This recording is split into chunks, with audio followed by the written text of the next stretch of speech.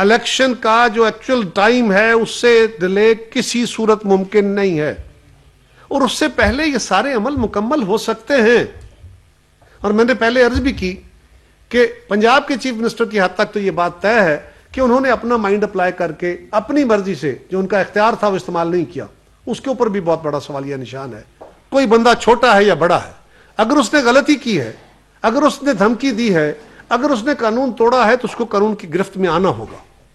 اس کے لیے قانون میں ایکسیپشن نہیں ہو سکتی، اس کے لیے عدالتی پروسیسز میں ایکسیپشنز نہیں ہو سکتی، سیاسی عمل میں ایکسیپشنز نہیں کریٹ کی جا سکتی. وہ کاؤنٹر پروڈکٹیو ہے، نقصان دہ، یہ نہیں برداشت ہوگا.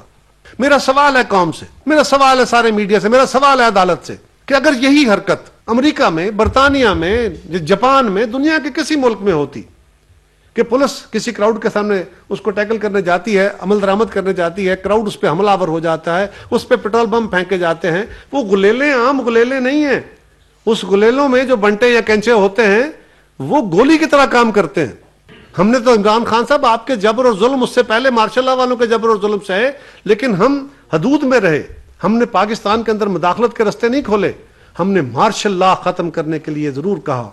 اور خان صاحب آپ بھی سوچئے کہ پاکستان کے اندر غیر ملکی مداخلت آپ نے پہلے بھی بہت کر لی. پہلے آپ پاکستان کے خارجہ پالیسی کے ساتھ کھیلے، کبھی آپ امریکی سازش کے بیانیے کو لے کے آتے ہیں، کبھی آپ امریکی سینیٹرز کو استعمال کرتے ہیں، کبھی آپ ان کی لابیسٹ فرمیں ہائر کرتے ہیں.